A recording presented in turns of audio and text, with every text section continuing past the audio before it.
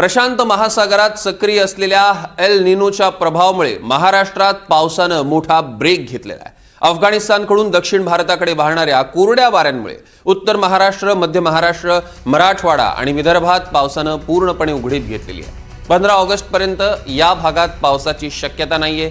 चीनच्या किनारपट्टीवर धडकलेल्या डॉल्फिन चक्रीवादळाची ही चर्चा सुरू आहे। या चक्रीवादळामुळे प्रशांत महासागरातील आणि बंगालच्या उपसागरातील हवामानाच्या यंत्रणेवर परिणाम झालेला आहे का, असा सवाल निर्माण झालाय।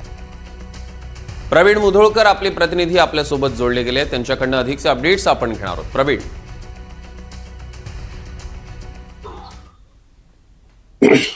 डॉल्फिन चक्रीवादळ जे आहे ते अल निनोचाच भाग आहे। त्यामुळे चीनच्या किनारपट्टीवरती सध्या डॉल्फिन चक्रीवादळ जे आहे त्याचा प्रभाव पाहायला मिळतोय। पण 15 ऑगस्ट पर्यंत भारताला म्हणजे महाराष्ट्रातल्या बऱ्यापैकी भागाला पाऊस जो आहे तो कमी मिळणार आहे। त्यामुळे एकंदरीतच अल निनोमुळे ड्राय स्पेल वाढणार आहे, म्हणजे 2 पावसांच्या मधला खंड जो वाढणार असल्याची भीती यापूर्वीच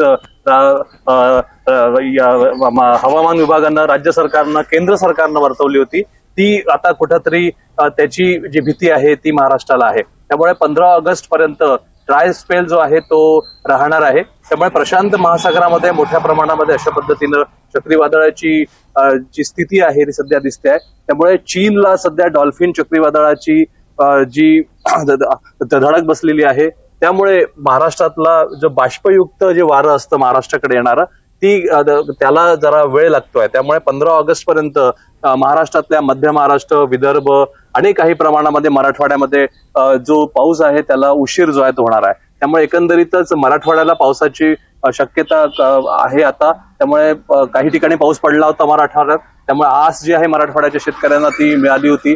विदर्भात मोठ्या प्रमाणात पाऊस झालाय, पण तरी तूट काही पूर्ण झालेली नाहीये।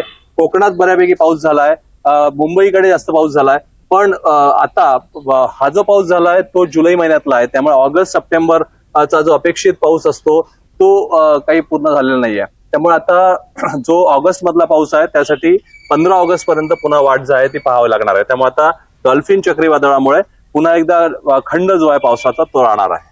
निश्चितच प्रवीण, या संदर्भातले अधिकचे अपडेट्स आम्ही तुमच्याकडनं घेणार आहोत। तुर्तास धन्यवाद।